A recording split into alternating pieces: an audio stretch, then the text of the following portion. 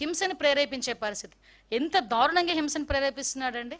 అంటే ఒక నేరస్తు చాలా సందర్భాల్లో గౌరవ చంద్రబాబు నాయుడు గారు ఒక మాట అంటారు, సీఎం గారు ఒక మాట అంటారు, రాజకీయ ముసుగులో ఉన్న ఒక నేరస్తుడు. ఎస్, ఆ పదానికి ప్రాపర్ యాప్ట్ ఎవరంటే జగన్మోహన్ రెడ్డి. ఒక రాజకీయ నేపథ్యం ఉన్న వ్యక్తి రాజకీయ ముసుగులో ఉంటే ఎలాంటి అనర్థాలు దారితీస్తాయో ఇప్పుడు జగన్మోహన్ రెడ్డి పర్యటనలు కూడా అలాగే మనం చూస్తున్నాం. మీరు ఒకసారి అబ్జర్వ్ చేయండి, సత్యసాయి జిల్లాకి ఒక పరామర్శకి పోయాడు. ఆ రోజు అలాగే హెలికాప్టర్ దగ్గర రచ్చ చేశారు వైసీపీ కార్యకర్తలు.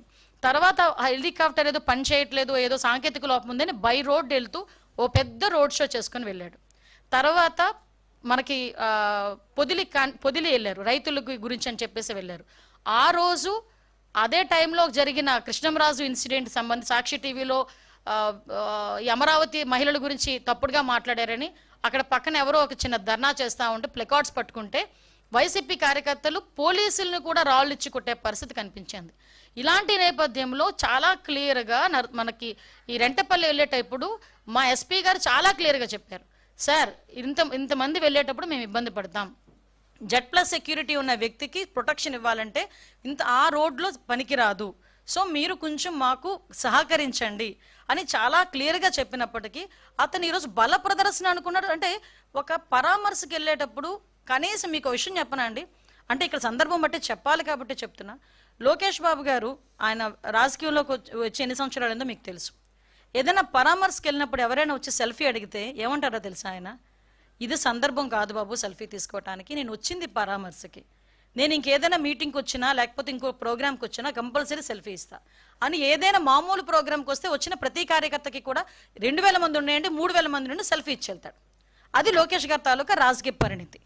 అది ఇతగాడు ఈరోజు రాజకీయంలో కొత్తగా వచ్చిన వ్యక్తి కాదు కదా, వాళ్ళ నాన్నగారు ఉన్నప్పటి నుంచి కూడా రాజకీయాల్లో ఉన్నాడు ఆయన. వాళ్ళ నాన్న ఒక ముఖ్యమంత్రి చేసిన వ్యక్తి, ఈయన రాజకీయాల్లోకి వచ్చి ఇంచుమించు 15 సంవత్సరాల పైన 20 సంవత్సరాల పైన అయింది. అటువంటి వ్యక్తి కనీసం ఒక మనిషి ప్రాణం గురించి, సొంత వైసీపీ కార్యకర్త ప్రాణం గురించి కూడా ఆలోచన చేయకుండా పక్కకి ఈడ్చిన ట్వీట్ చేసి అతని ప్రోగ్రామ్ని ముందుకు నడిపించుకున్నాడంటే ఇతను పరామర్శ అన్న పేరుకే కానీ అతని బల ప్రదర్శన అన్నది చాలా క్లియర్గా మనకందరికీ అర్థమవుతుంది. మాట్లాడితే నాకు భద్రత లేదు అని మాట్లాడతారు. మేము ఎంత క్లియర్గా Z+ సెక్యూరిటీ అనే పర్సన్కి ఎంత భద్రత ఇవ్వాలో అంత భద్రత కూడా పోలీస్ డిపార్ట్మెంట్ వాళ్ళు ఇస్తున్నారు. ఈవెన్ దో ఆయనకి ఇచ్చిన బుల్లెట్ ప్రూఫ్ వెహికల్ కూడా ఆయనకి ప్రతిరోజు ఆయన దగ్గర ఉంటుంది, కానీ ఆయన ఎక్కరు బుల్లెట్ ప్రూఫ్ వెహికల్. మేము ఇచ్చిన వెహికల్ ఆయన ఎక్కరు, ఆయన సొంత వెహికల్లో వెళ్తానంటాడు ఆయన. కానీ ఆయన ఎక్కినా ఎక్కకపోయినా ఒక Z+ సెక్యూరిటీ వ్యక్తికి మేము ఇవ్వాలి కాబట్టి బుల్లెట్ ప్రూఫ్ వెహికల్ అక్కడ మేము కంపల్సరీ ఇస్తాం.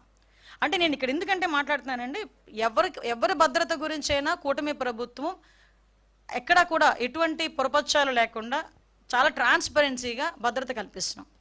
అయినప్పటికీ కూడా కావాలని విద్వేషాలు రెచ్చగొట్టేటట్టుగా మొన్న రీసెంట్గా ఒక పదం ఎవడో అదే రెంటపల్లి విషయంలోనే రప్పా అని చెప్పి నేనే మాట్లాడాను. నేను ఆ రోజు మాట్లాడినప్పుడు చెప్పాను, ఏంటి గొర్రెపోతుల్ని నరికినట్టు గంగమ్మ జాతరలో గొర్రెపోతులు నరికినట్టు రప్పా నరుకుతానని ఒకడంటే ఆ విషయం గురించి మీలాంటి పత్రికా విలేకరులు ఎందుకంటే అలా తప్పేంటి అని అడిగాడంటే ఒకసారి అతని తాలూకా మానసిక పరిస్థితి ఒకసారి ఆలోచన చేయండి.